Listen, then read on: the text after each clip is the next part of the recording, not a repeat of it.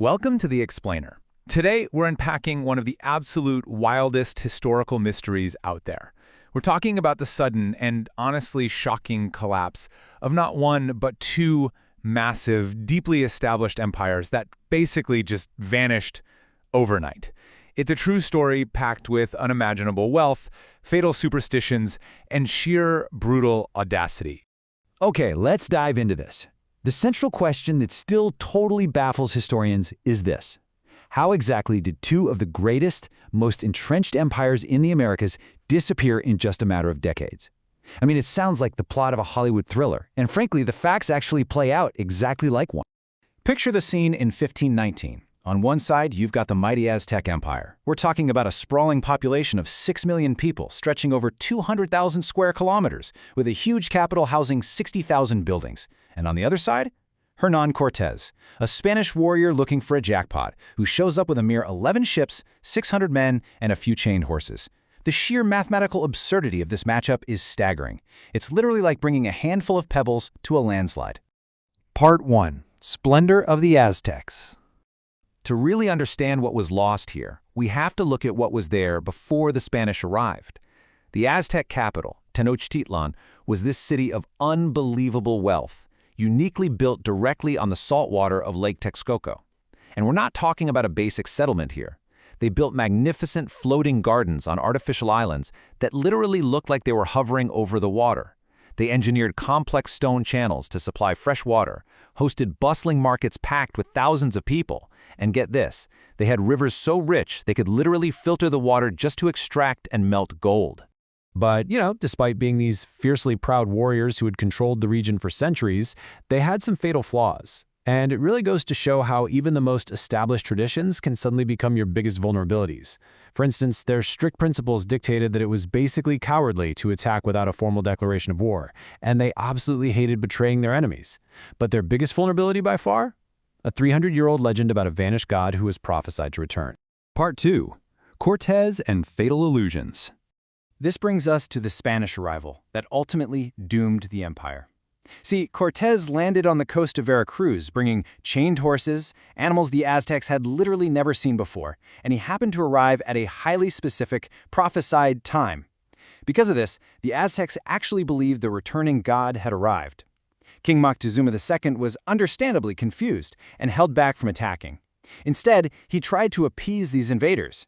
He sent them breathtaking gifts, including a 6.5-foot-wide sun frame made entirely of solid gold, and a smaller silver one representing the moon. He was really just hoping they'd take the treasure and leave. But as you can guess, it did the exact opposite. Yeah, it just exposed the mind-blowing wealth of the empire. Cortés ends up sending his helmet to Moctezuma, demanding it be filled with gold dust, and he chillingly claimed that his people had a disease that can only be cured with gold. And Moctezuma, with a strangely open heart, actually filled it. Well, that proved to Cortés that the Aztec wealth was immense, basically sealing the empire's fate right then and there. Armed with that knowledge, Cortés plotted his next moves. Step 1. In November 1519, he cleverly claimed he just wanted to visit the capital peacefully, entering with his men and 1,000 newly allied local warriors from Tlaxcala, who happened to be fierce enemies of the Aztecs. Step 2. Moctezuma actually welcomed them in, only to be taken hostage inside his very own palace. And Step 3. The Spanish literally started breaking open the palace walls from the inside, ruthlessly looting hidden gold and incredibly valuable statues. Let's move through the timeline and see how this builds into total chaos. In 1519, Cortés is inside the city, but soon after, while he's temporarily away, his men barbarically massacre thousands of Aztecs during a religious festival. Obviously, the illusion of them being gods is instantly shattered. By 1520, we hit the Noche Triste, or Night of Sorrows, where the Spanish desperately try to flee the city under the cover of darkness with their gold. They end up losing hundreds of men who literally drown in the lake, dragged down by the weight of their stolen treasure. Then, by 1521, a new, completely invisible enemy strikes, leading to the final siege. Part 3. Disease, Siege, and Ruin. That invisible enemy? It was smallpox. The Spanish eventually regrouped. They built new boats and cannons, but honestly, it was the terrifying fragility of human biology that delivered the fatal blow to the Aztec defense. Because the indigenous people of the Americas had been isolated for millennia, this specific pathogen had never erupted there before. They had absolutely zero natural evolved immunity.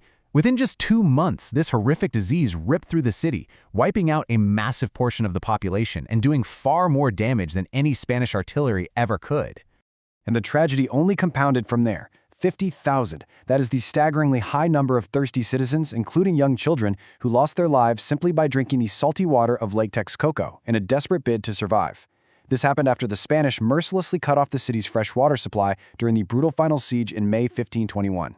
Starving and severely sick, the Aztecs bravely defended every single street, but the Spanish eventually overran them completely. Up to 40,000 civilians were killed in just a single day. The invaders fed Aztec priests to dogs, burned their sacred historical books, and eventually captured the last king, Cuauhtémoc. They actually lit a fire under his feet to torture him into revealing where the rest of the wealth was hidden. He refused to speak and was eventually hanged. Just like that, the Aztec Empire was finished. Part 4. Pizarro targets the Incas. But the Spanish blueprint for conquest wasn't finished. Not even close.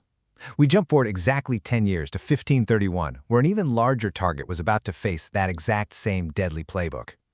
Now, what's really interesting about this is, if you thought Cortés's numbers were wild, consider the sheer absurdity of this next matchup. How on earth did Francisco Pizarro use a microscopic force of just 181 men to capture an emperor who was actively guarded by 80,000 warriors? To put this into perspective, the Inca Empire was a colossal powerhouse. It stretched from modern-day Ecuador all the way down to Chile, boasting a population of 12 million people. That is double the size of the Aztecs. And facing them is Francisco Pizarro, with just 181 soldiers. The audacity of even attempting this is simply mind-blowing. Part 5. Betrayal and the Gold. Pizarro knew for a fact he couldn't win a straight fight, so at the Peruvian town of Cajamarca, he relied on absolute treachery to set a trap. First, he invited the Inca king Atahualpa to his camp. And much like the Aztecs, the Inca king just didn't sense the invaders' deceit. He completely trusted Pizarro and arrived with 5,000 entirely unarmed men. Meanwhile, Pizarro had hidden his heavily armed soldiers all along the track. Pizarro sends out a priest to demand the king convert to Christianity and submit to the Spanish King Charles. When Atahualpa vehemently refused, Pizarro ordered the ambush. In less than an hour, his men massacred 4,000 innocent unarmed people and captured the king alive.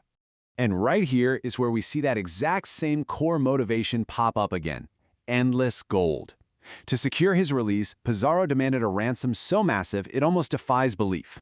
The Inca people literally filled an entire room right to the brim with pure gold.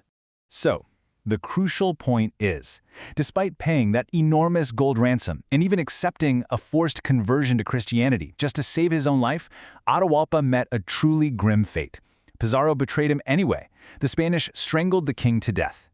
The Inca Empire had fallen into the exact same trap of false trust and utter betrayal, sealing their doom in the blink of an eye. Part 6. A Continent's New Masters.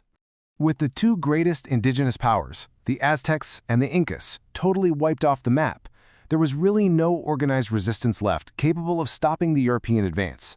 The Spanish quickly swept through, conquering vast territories from Mexico all the way down to Argentina, while Portugal took a firm hold in Brazil. But as the Spanish and Portuguese were busy securing their massive new southern empires, the sands of history were quietly shifting again. Fast forward to 1606. A quiet little convoy of 3 British ships is heading toward North America. They're sailing into a new world to lay the foundation for a country that will eventually become a global superpower. Which leaves us with this final, incredibly provocative thought. We've just seen how a few hundred men used deception, devastating disease, and totally ruthless ambition to completely erase ancient empires of millions in the South. What bloody blueprints, what fresh strategies of conquest do you think those 3 British ships were bringing to the North? Thank you so much for joining me on this explainer. I really hope this deep dive sheds some light on this fascinating, tragic era of history and leaves you wanting to explore exactly what happens next.